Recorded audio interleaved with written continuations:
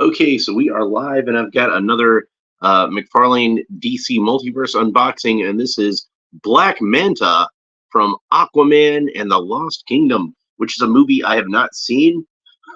I think a lot of people didn't see it. Uh,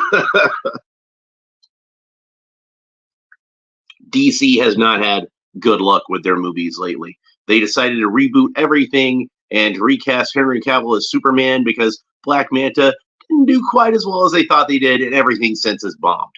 So, and then they've got like this James Gunn Superman movie coming out that to me just looks like the dollar store version of what Zack Snyder did. So, not really excited about that.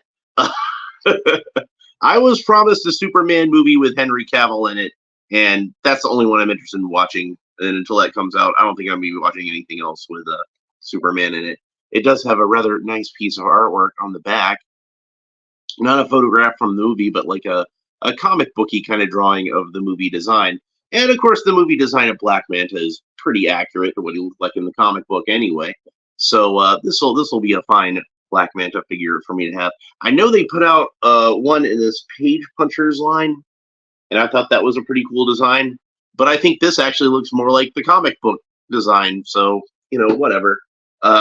If I can find the Page Punchers Black Manta for a decent price, I'll probably go ahead and pick them up. This is probably what I'm going to open tomorrow. It's going to be Ocean Master. I've got a lot of Aquaman stuff to open up, so I figured this week I would get some of this Aquaman stuff out of the way. So this week will be Aquapalooza. How about that? But you can see there's a side where it says Aquaman and the Lost Kingdom. Everything else is pretty standard as far as like a Mcfarlane figures box goes. You're familiar with the Mcfarlane design of boxes lately, right? We don't have to go too deeply into that. So let's go ahead and take them out of the box. And voila. That's what he looks like out of the box. Pretty cool. And he's got the dreaded double rubber tabs, holding him in at the torso. But thankfully, it's just the single rubber tabs at the wrists and at the ankles, it looks like. The double rubber tabs are the worst. I don't know why they did that. It's like they were watching my videos and saw me complaining about them, and it's like, oh yeah, let's double them. There you go. All right, so he's out of the box, and the only two accessories he comes with are these blast effects that are going to go in his backpack, and they're both taped in. So there we go. That's pretty simple. So those will plug into his backpack for like a jetpack. He doesn't have a trident, even though the package shows him with a trident. He doesn't come with one. He doesn't come with a gun, of course, because DC is weird about the Mcfarlane figures having guns. So he can't have, remember that really cool blaster that Alex Ross designed for Black Manta to have? Nope, can't have that. The characters can have guns all through the comic books, but we can't have an action figure with a gun. That'd be silly. But yeah, he looks pretty cool. Let's go ahead and have a look-see at this stuff. He comes with a flight stand, which is really cool. He doesn't come with a standard stand, but he does come with a flight stand. A lot of the times when they come with a flight stand, they still come with a standard stand. And I don't really understand why. I don't complain because I'll take an extra stand. That's fine. But, technically you can still, it's got a peg on it. You can still use this flight stand for like a regular stand. You don't have to put the flight stand part on there, but why would I not want a flight stand? But I do like having the extra stands, so I've never complained about it, but I never understood why they did it. I guess just to give the fans like an extra bonus, but whatever. So there's the trading card, and we can see the trading card has the same artwork from the box. Only this little guy comes in a little more clearly on the trading card for whatever reason. I guess because it's smaller, so it makes it look sharper. Ironic. Okay, so let's go ahead and have a look at the back. That's what the back looks like. And I'm going to go ahead and read the card back. Black Manta, Aquaman of the Lost Kingdom, Data file, real name David Hyde, considered one of Aquaman's greatest enemies. Black Manta has a singular hatred for the King of Atlantis. For decades, Manta's true name and motives were shrouded in mystery, hidden behind his menacing, oversized helmet. In modern times, however, his true motivations have been revealed. No matter the era, Black Manta has always inflicted a special kind of pain upon his archenemy, cementing his reputation as one of the most ruthless and driven criminals in DC history. So this is not a bio specific to the movie. This is just a bio of kind of Black Manta in general. So that's kind of funny. You would think it would, have something to do with the movie's plot or something like that, but nope. All right, so let's have a look at Black Manta, and we can see that it's a pretty plain black outfit, which is what you expect of Black Manta. He's basically a guy wearing a black wetsuit, and most of the things that make him distinct are with his funky helmet. And you can see that since this is a movie version of it, they did kind of have some concessions towards fitting the human head inside of the helmet. But traditionally, and I just so happen to have with me, where he's at the ready, here's the Superpowers Black Manta that Mcfarlane Toys made. And from what I understand, this is a very hard to find figure. And I was lucky to find him when I did. They are doing a new version of him where he's wearing a black suit like this. So I'm looking forward to that. And hopefully that'll give collectors an opportunity to get this hard to find figure. And I'm sure a lot of them, would probably even prefer for him to be wearing a black suit versus a blue suit. But I do love those Superpowers colors. I would like to have both. But you can see how, like, it would be kind of awkward for a guy's head to actually fit inside this helmet the way it's designed. You don't really complain because it's cool looking, but his head's got to be uncomfortable at the very least, being crammed in there. But this is kind of more sort of designed with a human head fitting inside of it in mind.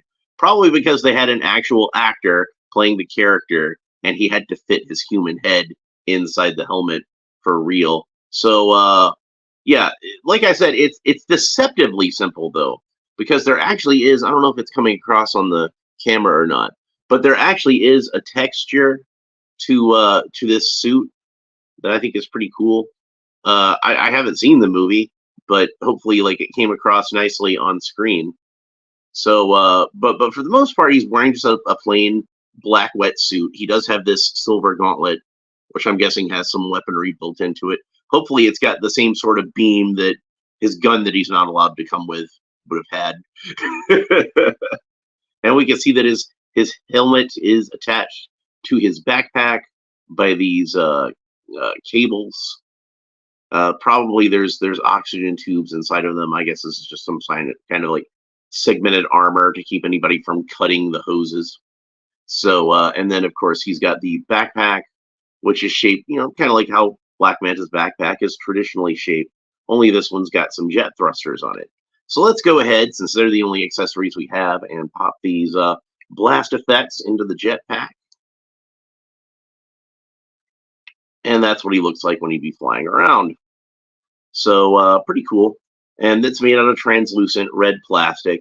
The helmet seems to be molded in the same translucent red plastic, so you get this kind of glow effect on the eyes, and it's quite effective. I like how that looks. And then of course there's these vents over here that are hit by that glow effect also. So he's pretty cool.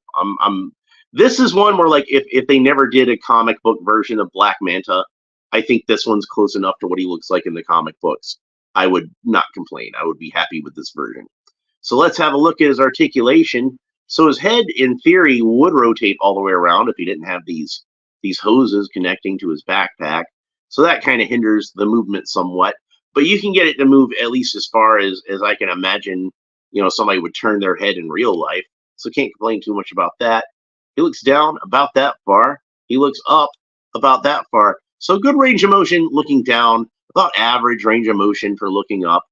He does have the cool Mcfarlane torso articulation, so you can move his torso and his waist whichever way you want to. Oh, by the way, one other thing, he's kind of like this armor over his spine. That's kind of interesting. And then he's got like these kind of clunky armor bits at his thighs. I'm not sure what the purpose of those is. Maybe it has some kind of purpose in the movie. I don't know. Because like I said, still haven't seen the movie. Legs move up about that far. He's got double jointed knees. Since we're talking about the legs, we might as well continue on with that. He's got these nice clunky boots with these nice clunky treads. So he probably makes all kinds of like Robert Pattinson noises when he walks across the room. It wouldn't be an Alan Belk video if he didn't make fun of the Robert Pattinson Batman movie. There we go. And the toes point down about that far. And it's like that whole Mcfarlane ball joint at the ankle, so you can move his ankle any which way. He's got the toe articulation to show off. So there's that. And moving back up the figure, since I skipped over his arms, let's talk about his arms now. So he's got butterfly joints. Arms move forward about that far, move back about that far. Arms move up about that far. So pretty decent range of motion at the arms. The arms, of course, rotate all the way around. He does have a bicep cut, so the bicep rotates all the way around. He's got double jointed elbows, and that's about the range of articulation we get at the elbows. So pretty good range of articulation.